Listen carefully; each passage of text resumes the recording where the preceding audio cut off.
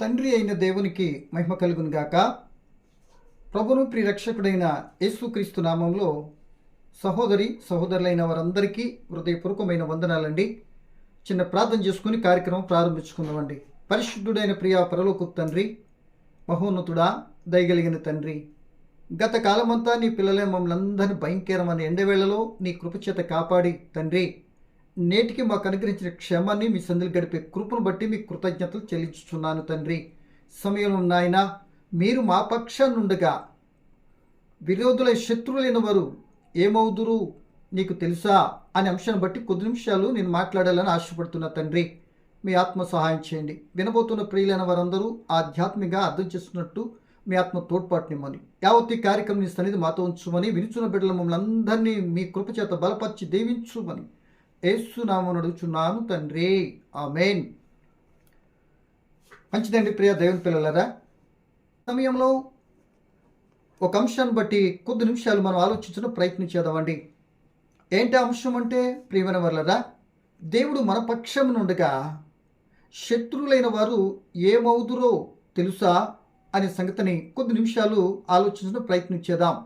వాక్య భాగాన్ని మనం చదువుకుందామండి. ఈ సమయంలో చూడండి, రోమియోలకు రాసిన పత్రిక 8వ అధ్యాయము 31వ వచనాన్ని నేను చదువుతున్నానండి. ఇట్లుండగా ఏమందుము, దేవుడు మన పక్షం నుండగా మనకు విరోధి ఎవడు అంటున్నాడు. అంటే అపోస్తలుడు పౌలు గారు రోమా సంఘానికి వ్రాస్తూ ఆయన పలుకుతున్న మాట ఏంటంటే, దేవుడు మన పక్షం నుండగా, అంటే పౌలు గారిని కూడా కలుపుకొని దేవుడు మన పక్షానిగా ఉన్నాడే అనుకో, మనకి విరోధి ఎవడు అంటే, విరోధులు ఉండకుండా మన పక్షాన్ని ఉన్నటువంటి దేవుడు మన పక్షాన్ని ఉన్నటువంటి వారికి విరోధులు లేకుండా దేవుడు చేస్తాడు అనే సంగతిని ఈ మాటను బట్టి మనకు అర్థమవుతుందండి. సో అసలు దేవుడు మన పక్షాన్ని ఉన్నట్టు మనం ఎలా ఉండాలి ఏమండి అంటే, దేవుడు పరిశుద్ధుడు కనుక ఆయన చిత్తాన్ని బట్టి నీతి యావత్తు జరిగిస్తూ, న్యాయాన్ని అనుసరిస్తూ, ఆయనకు అనుకూలమైన జీవితాన్ని క్రీస్తు ప్రభువును బట్టి ఎవరైతే జీవిస్తారో వారి పక్షాన దేవుడు ఉంటాడు. వారి పక్షాన్ని దగ్గర కూడా తెచ్చుకుంటాడు అంటంలో సందేహం మాత్రం లేదు అండి. సో ఇక్కడ పౌలు గారు చెప్తున్న మాట, దేవుడు మన పక్షాన్ని ఉంటాడు. ఆ యొక్క అటు ఉంటే విరోధులు ఇంకెవరు ఉంటారు? సో విరోధులు ఉండరా? సో విరోధులు ఉంటే ఎలా, మరి విరోధులైనటువంటి వారు ఏమవుతారు అనే సంగతిని మరి కొద్దిగా కూడా మనం గమనించడం ఎంతైనా బాగుంటుందండి. ప్రియ దేవుని పిల్లలారా, మీరు బాగా గమనించండి. ఒక రోజున ఇశ్రాయేలు ఫిలిష్తీయులపై యుద్ధానికి వెళ్తారు. అంటే ఏలా లోయలో మనకు చూస్తాం. అక్కడ గొలియత్ అనేటువంటి 6 మూరలు జానడైనటువంటి ఆజానబాహుడు అంటే యుద్ధ కవచాలు అన్నీ కూడా ధరించుకొని 40 దినాలు సవాల్ విసురుతాడు ఇశ్రాయేలు ప్రజలతో. ఎవ్వరు కూడా ఆ సవాల్ని స్వీకరించి యుద్ధానికి వెళ్ళినటువంటి వారు ఒక్కరు కూడా లేరు. అందరూ జడిచిపోయారు. అదే సందర్భంలో ఆ యుద్ధ సమయానికి ఆ యొక్క ఏరియాకి దావీదు గారు వచ్చారు. సింపుల్గా చెప్తున్నాడు, దావీదు గారు వచ్చారు. ఏంటి సున్నత లేని ఫిలిష్తీయుడు ఏంటి మన ఇశ్రాయేల్ని తిట్టడం, ఇదేంటి ఇంత సవాల్ విసరటం ఏంటి అని వివరాలన్నీ తెలుసుకొని ఆ దావీదు గారు గొలియాతుని చంపటానికి యుద్ధానికి వెళ్తాడండి. ఈ ఇశ్రాయేలీలకు శత్రువుగా సవాల్ విసురుతున్నాడు గొలియాతు పైకి ఒక్కడే వెళ్తాడండి. ఆ సందర్భంలో దేవుడు మన పక్షాన్ని ఉంటే శత్రువులను ఓడిస్తాడు. దేవుడు మన పక్షాన్ని ఉంటే శత్రువులపై విజయం ఇస్తాడు.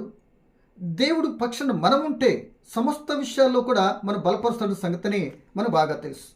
కనుక ఈ సమయంలో మనం చూస్తున్నట్లయితే మీరు చూడండి, మొదటి రాజుల గ్రంథం 17వ అధ్యాయము 46వ వచనం చూసుకుంటే అక్కడ గొలియత్ సంగతి అందరికీ తెలుసు కనుక ఒక మాట చెప్తున్నాండి. ఎప్పుడైతే ఆ గొలియతు అలా ప్రగల్భానాలకు పలికాడో, సో ఆ యొక్క ఫిలిష్తీయుల పక్షాన ఎవరు లేరు? దేవుడు లేడు. బయలుదేవతలు ఉండొచ్చు, మరొకటి ఉండొచ్చు. వారు కలిగిన ఆస్తిపాస్తులు ఎన్నైనా ఉండొచ్చు, వారు కలిగిన ఆధిక్యతలు ఎన్నైనా ఉండొచ్చు. ఏం చేసినాయి అవి? ఏమీ కూడా వాళ్ళ పక్షం నుండి ఏమీ కూడా వాళ్ళు రక్షించలేవు. వారిని ఆ దేవుడు లేనటువంటి స్థితి కనుక వారికి ఏది ఉన్నా సరే ఓడిపోక తప్పదు అంటూ సందేహం లేదు కదా. గొలియాతు 6 ముజ్జాన అనేటువంటి ఆ గొలియాతు ఆ యొక్క చిన్నవాడైనటువంటి ఆ యొక్క దావీదు చేతిలో ఓడిపోయాడు. ఓడిపోవటమే కాదు, ఏ ఆయుధం లేకపోయినా దావీదు గారు పలికిన మాట ఏంటి తెలుసా? నీ తలను తెగ నరుకుతాను అన్నాడు. కత్తి లేదు, ఏ ఆయుధము లేదు, ఒడిసేలా రాళ్ళు మాత్రం చేతిలో ఉన్నాయి. అయితేనే దేవుడు తన పక్షాన ఉండడు కనుక దేవుని పక్షాన దేవుని పక్షాన ఇశ్రాయేలీలు బదులుగా ఇశ్రాయేలు నుండి ఈయన గొలియతు మీదకి యుద్ధానికి వెళ్ళాడు, విజయం సాధించాడు. ఆ తలను నరికాడు, మొత్తం వాళ్ళందరూ పారిపోయారు. అంటే దేవుడు మన పక్షాన నుంచే శత్రువులను ఏం చేస్తాడు, దూరపరుస్తాడు. ఒకటి. రెండవ మాట, దేవుడు మన పక్షాన ఉంటే శత్రువులంటి వారిని కూడా మనకి శత్రువులు కూడా లేకుండా చేసేస్తాడు. ఇశ్రాయేలు బబులోను దేశంలో ఉన్నప్పుడు హామాను కుట్ర పన్నిన సందర్భము మనందరికీ తెలుసండి. అది ఎస్తేరు పుస్తకము 3వ అధ్యాయం నుండి మనం చదువుకుంటే మనకు అర్థమవుద్దండి. ఆ హామాను ఆ మొర్దెకైను ఒక్కనే చంపటం చిన్న విషయమని, ఆ యొక్క యోధా జాతినంతా కూడా సంహరించాలి, చంపించేయాలి అని రాజు దగ్గర మొత్తం శాసనం పుట్టిస్తాడు. మొత్తం అందరికీ రిలీజ్ అయిపోయింది. ఇక చంపబడే టైం వచ్చేసింది. అప్పుడు ఏం జరిగిందో తెలుసా? అప్పటికి ఆ యొక్క యోధా జాతి అంతా కూడా ఎస్తేరు కూడా చక్కగా ప్రార్థన చేస్తున్నారు. అయ్యా తండ్రి, మా శత్రువుల బారి నుండి మమ్మల్ని రక్షించు అని అంటున్నారు. శత్రువుల బారి నుండి రక్షించు అని ప్రార్థన చేస్తే శత్రువులేంటి వారినే లేకుండా చేసి ఆ దేశంలోనే ఆ మొర్దెకైని ప్రధానమంత్రి రేంజ్లో కూర్చోబెట్టినటువంటి సంఘటన బబులోను దేశం జరిగినటువంటి సంఘటనగా మనం బాగా తెలుసు. అంటే ఇక్కడ శత్రువులైనటువంటి వారిని ఏం చేస్తారో తెలుసా? ఆ యొక్క దేవుడు వాళ్ళ ఇశ్రాయేల్ పక్షాన నుండి, అంటే యోధా జాతి పక్షాన నుండి శత్రువులైన వారు యోధా జాతిని నాశనం చేయాలంటే నాశనము కాకుండా వారిని కాపాడి నాశనం చేసేటటువంటి వారందరిని కూడా ఏం చేశాడు, అసలు లేకుండానే చేశాడు. అంటే హామాను తన కుటుంబాన్ని అంతా కూడా ఏం చేశాడు, సర్వనాశనం చేశాడు, చంపేశాడు. అంటే ఒకటేమో శత్రువుని పై విజయాన్ని చేకూర్చాడు, రెండవదేమో శత్రువు నుండి కాపాడు తండ్రి అని ఆయన పక్షానికి వెళ్ళి ప్రార్థన చేస్తే ఆయన ఆ యూదా జాతి పక్షాన్ని నుండి శత్రువు లేకుండా చేసి శత్రు దేశంలో మొర్దెకైని ప్రధాని చేసినట్లుగా మనకు కనబడుతుంది. సో ఈ రెండు విషయాలు. మరొక మాటకు వచ్చే శత్రువులు అనేటువంటి వారిని ఏం చేస్తాడు తెలుసా? దేవుడు శత్రువులను సైతము మిత్రులుగా మార్చేస్తాడు. అదేనండి, శత్రువులు సైతం మిత్రులుగా మార్చేస్తాడు. ఎందుకని, ఎలా మారుస్తాడు అని అంటే ఆ మాట మనం చూడండి. సామెతల గ్రంథము, సామెతలు 16వ అధ్యాయము 7వ వచనంలో చక్కటి మాట మనకు కనబడుతుందండి. ఏమని అంటే, దేవుని పిల్లలారా గమనించండి. 16వ అధ్యాయము 7వ వచనం ఏమనుంది? ఒకని ప్రవర్తన యెహోవాకు ప్రీతికరమగునప్పుడు ఆయన వారి శత్రువులను సహా వారికి మిత్రులుగా మార్చును. అంటే మన ప్రవర్తన దేవునికి అనుకూలంగా ఉండాలి. అప్పుడు ఏం చేస్తాడంటే, మన శత్రువు ఎవరైతే ఉన్నారో మన ప్రవర్తన బట్టి మన శత్రువులైనటువంటి వారిని మిత్రులుగా మార్చేస్తాడు. అంటే విరోధం లేదిక, శత్రువు మిత్రుడైపోతాడు కదా.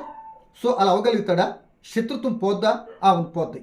అంటే దేవుని చిత్త ప్రకారం నీ ప్రవర్తన దేవునికి అనుకూలమైనప్పుడు శత్రుత్వం ఎలా మాట్లాడాలో, ఎలా కాంప్రమైజ్ కావాలో, ఎలా ఆ వ్యక్తిని ఆ శత్రుత్వం నీ మీద రాకుండా మాట్లాడాలో, సమయోచితమైనటువంటి నీ ప్రవర్తన తీరును బట్టి ఆ శత్రువుతో మిత్రత్వంతో ఎలా మెలగాలో అటువంటి జ్ఞానాన్ని దేవుడు ప్రసాదిస్తాడు కనుక సాధ్యమే. మన సొంత ప్రయత్నం చేస్తే శత్రువుగా నటించి ఏం చేస్తారు తెలుసా? శత్రువుగా ఉన్నటువంటి వారు మిత్రులుగా నటించి ప్రాణాలు తీసేటటువంటి ఎంతోమందిని లోకంలో చూస్తున్నాం. అటువైపు వెళ్ళటానికి అవకాశం లేదు ఇప్పుడు అని అంటే, మన ప్రవర్తన ఆయనకి అనుకూలంగా ఉండినప్పుడు మాత్రం ఇదిగో మిత్రులు అయిపోతారు. పోనీ ఈ విషయాన్ని మనం ఎక్కడ చూసాం బైబిల్లో అని అంటే, మన బైబిల్ ఎందుకు చూడలేదు, చక్కగా చూసాం. చూడండి ప్రియ దేవుని బిడ్డలారా, శత్రువు సైతం మిత్రులుగా ఎలా చేశాడంటే, యాకోబు గారు ఉన్నారు కదా, 20 సంవత్సరాల శత్రుత్వం అన్నతో ఏం జరిగింది? ఆ యొక్క పద్దనరామ నుండి ఆ సిరియా దేశం నుండి కానాన్ దేశానికి వస్తుంటే ఒక్క రాత్రంతా కూడా దేవునితో ప్రార్థన చేసుకుని నా శత్రువైన అన్న నుండి నన్ను కాపాడంటే, ఈ యొక్క యాకోబు పక్షాన దేవుడు బాధ్యత వహించి 20 సంవత్సరాల శత్రుత్వం మిత్రులుగా మార్చేసి అన్నదమ్ములు కలిసి భోజనం చేసి సంతోషించినట్లుగా ఆదికాండం 32వ అధ్యాయం మనం చూస్తుంటాం. అంటే ప్రియమైన దేవుని పిల్లలారా, శత్రువులను మిత్రులుగా మారుస్తాడు, శత్రువులను లేకుండా చేయగలడు, శత్రువులను హతమార్చి నీకు చక్కటి మార్గాన్ని కూడా దేవుడు కలుగు చేయగలడు. ఎప్పుడు అని అంటే, నువ్వు ఆయన పక్షాన్ని నువ్వు ఉన్నప్పుడు, నీ పక్షాన్ని ఆయన ఉండటానికి ఇష్టపడినప్పుడు నీ తరపున ఆయన కార్యాలు చేసి ఆయన నామానికి మహిమ తెచ్చుకుంటాడు, నిన్ను ఆశీర్వదిస్తాడు, నేను ఘనపరుస్తాడనే సంగతిని మనం గమనించుకోవాలి. సో ప్రియమైన దేవుని పిల్లలారా, మరొక మాటగా చూస్తే శత్రువులైన వారి ఎదుట భోజనం సిద్ధపరుస్తాడు కూడా. బాగా గమనించాలి. 23వ కీర్తన మీరు చదువుకున్నట్లయితే దావీదు గారు అంటారు, నా శత్రువుల ఎదుట నువ్వేం చేసి భోజనం సిద్ధపరిచావు అంటాడు. నిజమేనండి, అవును నిజమే. నిజమేనండి, ఆ సందర్భం నిజమే. సౌలు రాజు గారు తరుముతూ ఉన్నప్పుడు ఆ యొక్క దావీదు గారిని ఆ యొక్క గాదు దేశానికి, అంటే ఫిలిష్తీయుల దేశానికి వెళ్ళిపోయి గాదు రాజు అయినటువంటి ఆకీష్ దగ్గర అక్కడికి వెళ్ళేటప్పటికి వాళ్ళందరూ అంటారు, ఇదిగో గొలియాతును చంపినటువంటి, అంటే గాదు పట్టణానికి వెళ్ళినప్పుడు గొలియాతును చంపినటువంటి మహారాజు కదా అయినా అని అందరూ రాజు దగ్గర తెచ్చినప్పటికీ వెంటనే దావీదు గారి వేషం మారిపోయింది. ఏంటో తెలుసా? గెడ్డం పెరికేసుకుంటూ చాలా పిచ్చివాడిగా నోటంతా సొంగ కార్చుకుంటుంటే, ఏంటి పిచ్చివాడు తెచ్చేయండి నా దగ్గరికి, తీసేయండి అని తీసేసి అక్కడే కొన్ని దినాల నుండి చక్కగా పోషింపబడినట్లుగా దావీదు గారి ద్వారా మనం చూస్తున్నాం. అంటే శత్రువుల ద్వారా నీకు భోజనం ఏర్పాటు చేస్తాడు. నా శత్రువుల ఎదుట దావీదు గారు 23వ కీర్తనలో భోజనం ఏర్పాటు చేసినది ఆయన అనుకున్నటువంటి మాటనే అక్షరాల తన జీవితంలో శత్రువులైనటువంటి ఆ యొక్క గాదు రాజైన ఆకీష్ ఆ రాజు ద్వారా ఏం చేసింటే భోజనం సిద్ధపరిచాడు. అసలు వాస్తవంగా అప్పుడు గొలియాతును చంపేశాడు కనుక దావీదు గారు అసలు దావీదు గారిని రూపురేఖ లేకుండా చంపేయాలి. శత్రువు చేతిలోకి వెళ్ళిపోయి చిక్కిపోయాడు. అప్పుడు ఆయన ఆ వేషధారణ బట్టి రక్షణ మరి తప్పించబడి అక్కడే కొన్నాళ్ళు పోషింపబడినట్లుగా మనకు కనబడుతుంది. మరి మొదటి సమయాల గ్రంథము 21వ అధ్యాయము, మరి ప్రియ దేని పిల్లలరా 27-30 వచనాల్లో ఈ భాగం మనకు కనబడుతుందండి. మొదటి సమయాల గ్రంథము 21వ అధ్యాయము 10-11 వచనాలు స్పష్టంగా మనకు కనబడుతుందండి. సో ఇంకో మాటగా చూస్తే ఇది శత్రువులకు మనకు భోజనం పెట్టాడు, శత్రువులు మనకు భోజనం పెట్టాడు. దావీదు గారు అంటారు, ప్రియ దేని పిల్లలరా, దావీదు గారు అంటారు, ఆ సమయంలో యెహోవా మన పక్షాన్ని ఉండగా నాకు భయం ఏంటి? 56వ కీర్తన 9-10 వచనంలో దేవుడు నా పక్షాన్ని ఉంటే నాకెందుకు భయం? 118వ కీర్తన ప్రియ దేవుని బిడ్డలారా 6-8 వచనాలు చెప్తున్న మాట ఏంటంటే, దేవుడు నా పక్షాన్ని ఉండగా నేను ఎవరికి భయపడాలి, నేను ఎవరికి భయపడను అన్నట్టుగా దేవుడు మన పక్షాన్ని ఉంటే మనం భయపడే ప్రసక్తి లేదు. శత్రువులు లేకుండా చేయగలడు, ముందే చెప్పుకున్నాం కనుక ఇక్కడ ఏంటంటే ఆయన మన పక్షాన్ని ఉంటే శత్రువులు సైతం ఏమైపోతారు, మిత్రులుగా మార్చబడతారు. శత్రువులు సైతం ఏం చేస్తారు తెలుసా? నీకే భోజనం ఏర్పాటు చేస్తారు. ఇప్పుడు తెలుసా, దేవుడు నీ పక్షాన్ని ఉన్నప్పుడు లేకపోతే మన పక్షాన్ని ఉన్నప్పుడు అట్టి కార్యము మనెడల దేవుడు చేయించడానికి ఇష్టపడతాడు. సో అదే రెండో మాట. ఇప్పుడు మనము శత్రువులకు భోజనం పెట్టాలి. వాళ్ళు మనకే పెట్టడం కాదు, శత్రువులు మనకే పెట్టడం కాదు, మనకి శత్రువులు అయితే ఎవరైతే ఉన్నారో వారు కూడా మనం కూడా ఏం చేయాలి? భోజనం పెట్టాలి. పెట్టారా బైబిల్లో అంటే పెట్టారు. ఎవరు అంటే ప్రియ దేవుని బిడ్డలారా, గెరార్లో ఉన్నప్పుడు ఫిలిష్తీయులు ఏం చేశారంటే అబీమెలెకు రాజు ఆ యొక్క ఇస్సాకు గారి మీద ఎంతో గొడవ చేసి తండ్రి ఉన్న బావులన్నీ పూడ్చివేసి ఆ గెరార్ నుండి ఆ యొక్క అబీమెలెకు రాజు ఇస్సాకు గారిని పంపించేస్తారు. ఆ సందర్భంలో ఆ గెరార్లో ఉన్న ఫిలిష్తీయుల దేశం పంట బాగా పండింది, ఇస్సాకు గారికి 100 అంతల పంట పండింది. ఆ సందర్భంలో వీళ్ళు అసూయపడి పంపించేసి మరలా ఆ యొక్క జనాలందరూ కూడా ఆ యొక్క ఇస్సాకు గారి దగ్గర పంపిస్తే, ఎందుకు నన్ను పంపించేశారు కదా మరలా ఎందుకు వచ్చాడు అని అడుగుతాడండి. అడిగితే, నువ్వు గొప్పవాడివి, దేవుడు తోడు ఉంటాడు కనుక మనం ఏం చేద్దామంటే సంధి చేసుకుందామని ఆ సంధి చేసుకున్న సందర్భంలో శత్రువులై వచ్చినటువంటి ఇస్సాకు గారి దగ్గరికి చక్కటి వంట వార్పు చేసి భోజనం పెట్టి వాళ్ళు పంపిస్తాడు ఫిలిష్తీయుల దేశానికి. సో ప్రియులరా, నువ్వు శత్రువులు నీకు భోజనం పెట్టించటమే కాదు, నేను కూడా శత్రువులకు ఏం చేయాలి? భోజనం పెట్టేటువంటి అవకాశం కూడా మనం తీసుకున్నాలి. మరొక మాట, అది ఎక్కడ మనం చూస్తామంటే ప్రియదేని బిడ్డలారా, ఆదికాండం 26వ అధ్యాయము 27-30 వచనాలు చూసుకుంటే ఈ కరెక్ట్గా ఈ భాగంలో మనకు కనబడుతుందండి. సో మరొక మాటగా చూసుకుంటే ప్రియదేని పిల్లలరా, ఇక్కడ 2వ రాజుల గ్రంథము 6వ అధ్యాయంలో ఎలీషా పనివాడు సిరియా దేశస్థులు ఏదైతే రహస్యంగా మాట్లాడుకుంటున్నారో ఆ రహస్యం అంతా కూడా ఇశ్రాయేల్ రాజు అయినటువంటి రాజుకు తెలిసిపోతుంది. ఇది ఎలా తెలుస్తుంది అంటే, ప్రవక్త అయిన ఎలీషా అక్కడ జరగబోతున్నట్టు గ్రహించి రాజు చెప్తున్నాడు, రాజు జాగ్రత్త పడిపోతున్నాడు. ఈ విషయం ఎలా లీక్ అవుతుందని సిరియా దేశపు రాజు ఎంక్వైరీ చేస్తే దోతానులో ఉన్నటువంటి ఆ యొక్క ఎలీషా ప్రవక్త వారి విషయం వెళ్ళిపోతున్నాయి అంటే ఆ రాజు ఏం చెప్పాడంటే, మీరందరూ వెళ్ళి ఆ ఎలీషాను పట్టుకొచ్చేయండి అని గొప్ప సమూహాన్ని పంపించాడు. రాత్రికాల సమయం వచ్చి ఎలీషా ఇంటి చుట్టంతా బంధించేశారు. వెంటనే ఎలీషా ఆ పనివాడైనటువంటి ఆ వ్యక్తి బయటకు వచ్చి చూస్తే, ఓ మరి రాజా, మన పని అయిపోయింది. ప్రవక్తతో చెప్తున్నాడు, ఎలీషాతో చెప్తున్నాడు, మన పని అయిపోయింది. చుట్టూ వీళ్ళందరూ కాస్తారు, వీళ్ళు చుట్టూ మన పక్షాన్ని కాస్తారు, ఇక మనం ఎలా రక్షించబడాలి, ఇక మన పని అయిపోయింది అన్నట్టుగా అంటే, అప్పుడు ఏమంటాడంటే ప్రియ దేవుని పిల్లలరా, ఆ యొక్క ఎలీషా గారు ఏమంటారో ఒక మాట చదువుతున్నాను చూడండి. ఈ మాట ఒకసారి 6వ అధ్యాయము 16వ వచనం చదువుతున్నాండి. 6:16 అతడు భయపడవద్దు, మన పక్షంలో ఉన్నవాడు వారికంటే అధికుడై ఉన్నారని చెప్పి. అంటే మన పక్షంలో ఉన్నటువంటి వారు వచ్చినటువంటి ఆ భౌతికమైన సిరియా దేశపు రాజు కంటే గొప్పవాడు, భయపడవసరంలే. మన పక్షంలో ఉన్నటువంటి ఎంత గొప్పవాడు అంటే ప్రియదేని బిడ్డలారా, మరలా ఈ యొక్క ఎలీషా యొక్క దాసుని కన్నులు, సేవకుని కన్నులు తెరవమని ప్రార్థన కన్నులు తెరిచిన తర్వాత ఎలీషా చుట్టూ కూడా అగ్ని రథాలు, అగ్ని రౌతులు అన్నీ కూడా ఆయన చుట్టూ ఉన్నట్లుగా చూసి సంతోషిస్తాడు. ఏమని? అగ్ని పర్వతము, అగ్ని గుర్రాల చేత, రథముల చేత నిండి ఉన్నట్లు చూస్తాడు. కళ్ళు తెరబడ్డాయి కదా ఆ యొక్క దాసునికి. అవి చూసి ధైర్యపరచబడతాడు.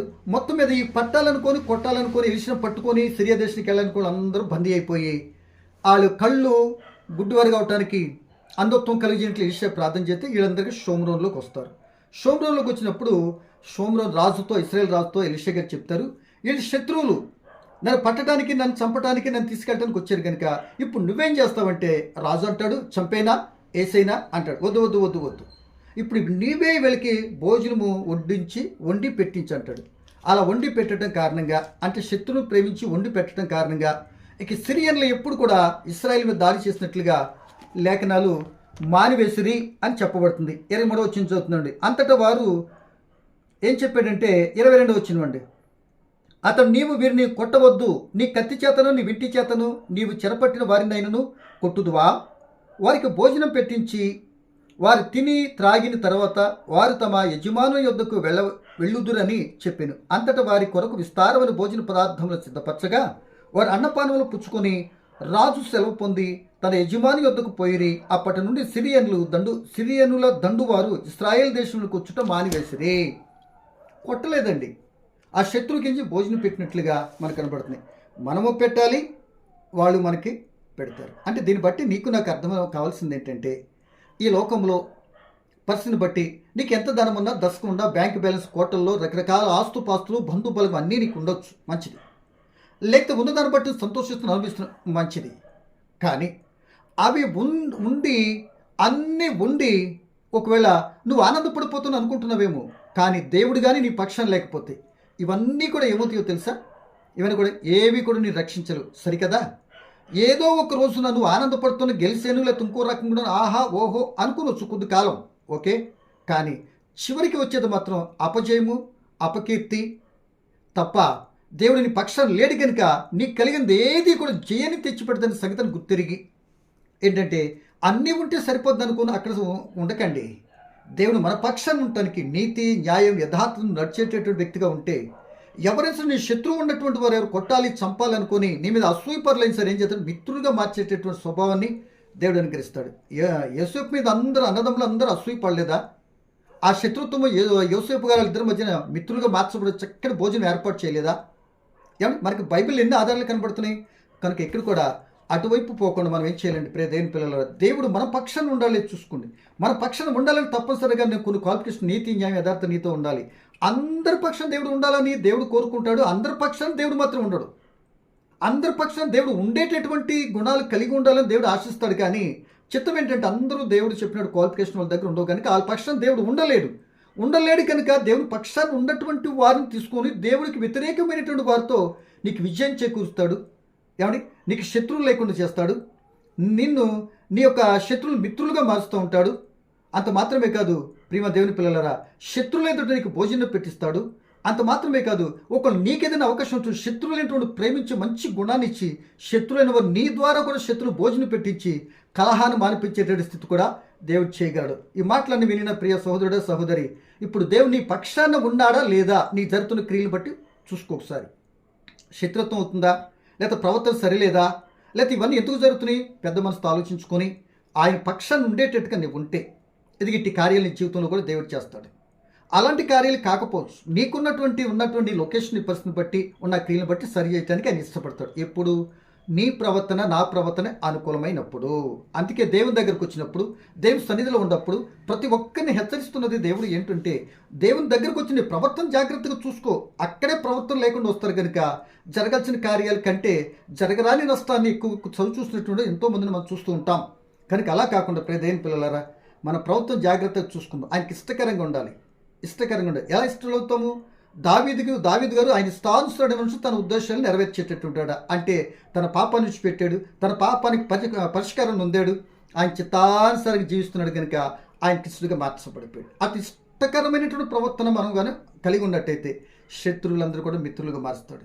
ఇంకా శత్రువులు ఉండనీయుడు కనుక వాళ్ళని మిత్రులుగా మార్చి నీ వైపు వాళ్ళు మళ్ళించుకొని నీ విషయాలను కూడా వాళ్ళు తెలిపి వారు కూడా పరలోక రాజ్యానికి వచ్చేటటువంటి విధానంలో మలిచేటటువంటి కృప దేవుడిస్తాడు. సో ఇప్పుడు ఈ మాటను బట్టి నీ ప్రవర్తన ఎలా ఉంది, మన పరిస్థితులను చూసుకునే కృప ఏమైనా తేడాను సరి చేసుకోనికి ఆయనకి ఇష్టకరమైన జీవితం జీవించి ఆయన మన పక్షాన్ని ఉండేటట్లుగా మనం ఆలోచిస్తాం. ఇదే దేవుడు మన పక్షాన్ని ఉంటే శత్రులైనటువంటి వారు మిత్రులుగాను మారుతారు, లేకుండా పోతారు, శిక్షింపబడతారు, వారి ఎదురుగా భోజనం పెడతాడు. మరొకసారి వివరించి చెప్తున్నానండి, లేదు శత్రువు నీతో భోజనం పెట్టిస్తాడు, గొప్ప కార్యాలు సమస్తము సమకూర్చి చివరికి మన బ్రతుకు మేలే చేస్తాడు. అట్టి కృప కలిగిన వారు జీవించాలని కోరుకుంటూ దేవుని పక్షాన మనం ఉండేటట్టుగా, దేవుడు మన పక్షాన ఉండేటట్టుగా మంచి ప్రవర్తన కలిగి జీవించే కృప ఆత్మ తోడ్పాటు నీకు నాకు కోరుకుంటూ ఈ మాట ముగిస్తున్నా. పరమ తండ్రి నీకు వందనాలు. వినిన బిడ్డలందరూ బలపరిచి దీవించి నీ పక్షం ఉండగలిగినట్లు నాయన మా పక్షాన్ని మీరుండి గొప్ప కార్యాలు మయడలు చేసి నీ చిత్తానుసారం మనం బలపరిచి నడిపించి మీరు మహిమ పొందమని యేసు నామమున అడుగుచున్నాను తండ్రి. ఆమేన్.